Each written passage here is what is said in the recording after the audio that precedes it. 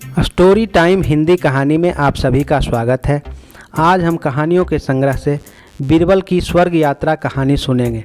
आशा है कि ये कहानी आपको पसंद आएगी। एक दिन की बात है, शहंशाह अकबर नाई से अपनी हजामत बनवा रहे थे।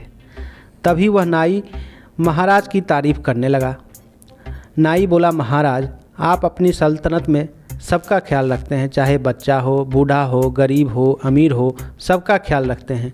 लेकिन क्या कभी आपने अपने पूर्वजों के बारे में सोचा है जो दुनिया छोड़कर स्वर्ग चले गए हैं? तब अकबर बोले, हम तो उनका ख्याल रखते हैं, उनके हक़ में हम दुआ मांगते हैं, उनकी याद में हमने शाही मकबरे बनवाए हैं। तब नाई बोला, वो सब तो ठीक है महाराज, लेकिन किसी को स्वर्ग भेजकर खबर तो नहीं ली ना, उन्हें किसी चीज़ की ज़रूरत तो नहीं है। अकबर बोले, तुम्हारा दिमाग तो नहीं खराब हो गया है? भला कोई आदमी स्वर्ग यात्रा करके वापस कैसे आ सकता है? नाई बोला, वापस आ सकता है महाराज। मैं एक ऐसे योगी बाबा को जानता हूँ जो किसी को भी स्वर्ग भेजकर वापस बुला सकता है। महाराज आपका वजीर अब्दुल्ला भी उस योगी बाबा के भक्त हैं। अकबर बोले, ठीक है, तुम कल अब्दुल्ला से कहकर उस योगी को बुलाओ, मैं उस योगी से मिलना चाहता हूँ। अगले दिन अब्दुल्ला योगी को दरबार में लेकर आ गया। अकबर बोले, योगी जी, हमने सुना है कि आप किसी को भी स्वर्ग भेजकर वापस बुला सकते हैं। तब योगी बोले, आप सही सुने हैं जहाँपनाह, मैं किसी भी व्यक्ति को स्वर्ग भेजकर वापस बुला सकता हूँ, बशर्ते वह व्यक्ति स्वर्ग के मोह में ना फंसे। तभी अब्दुल्ला बोला, महाराज आप बीरबल को इस काम के लिए स्वर्ग भेज सकते हैं। बीरबल से ज़्यादा भरोसेमंद और कौन हो सकता है? अकबर बोले, बीरबल क्या आप हमारे लिए स्वर्ग जाएंगे? बीरबल बोले, जी महाराज मैं स्वर्ग जाऊंगा, लेकिन उससे पहले योगी जी से कुछ पूछना चाहता हूँ। योगी जी आप मुझे स्वर्ग कैसे भेजेंगे, यह पहले बताइए। तब योगी बोले, मैं एक पवित्र आग जलाऊंगा, उसमें तुम्हें प्रवेश करना है। वैसे तो यह क्रिया कहीं भी हो सकती है, लेकिन हम इसे गंगा नदी के किनारे करेंगे। बीरबल बोले, महाराज मैं कुछ दिनों के लिए घर से बाहर रहूँगा, इसलिए 4-5 दिन की मोहलत मांगता हूँ, कुछ अधूरे काम निपटाने हैं। अकबर बोले, ठीक है योगी जी, आप ये काम 5 दिन बाद संपन्न करिए। 5 दिन बाद बीरबल को जलाने के लिए ले जाया गया। सब विधि विधान के साथ चिता में आग लगा दिया गया। इस घटना के 2 महीने गुजर गए। बादशाह अकबर को बीरबल की बहुत याद आ रही थी।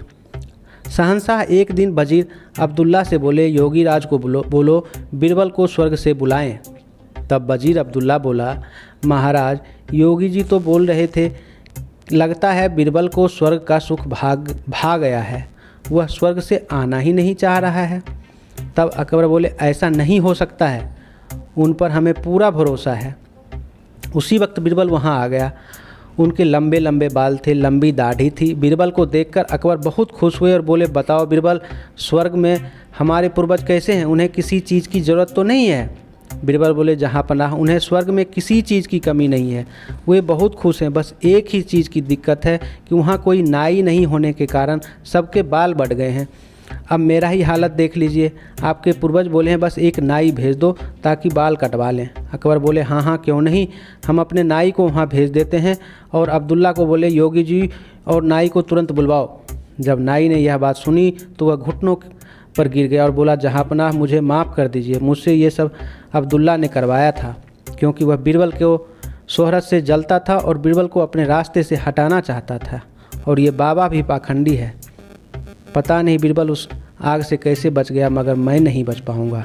अकबर बोले, इतनी बड़ी साजिश बीरबल के खिलाफ? और सिपाहियों से बोले, तीनों को बंदी बना लिया जाए और काल कोठरी में डाल दिया जाए। फिर बीरबल से बोले, मेरे बुद्धिमान दोस्त, तुम्हें इस साजिश का पता कैसे चला? तब बीरबल बोले, जहाँपनाह मैं जब योगी जी से पूछा कैसे स्वर्ग भेजोगे, तो उसने बोला कि आग में प्रवेश कराकर। तभी मैं समझ गया था कि 5 दिन के अंदर मैंने गंगा किनारे से अपने घर तक सुरंग तैयार कर लिया था। और जैसे ही योगीराज आग जलाए, मैं सुरंग से घर पहुंच गया। तब अकबर बोले, तुम्हारे जैसा बुद्धिमान इस संसार में कोई नहीं है, और मंद मंद मुस्कुराने लगे। ये कहानी आपको कैसी लगी हमें कमेंट्स में बताएं। धन्यवाद।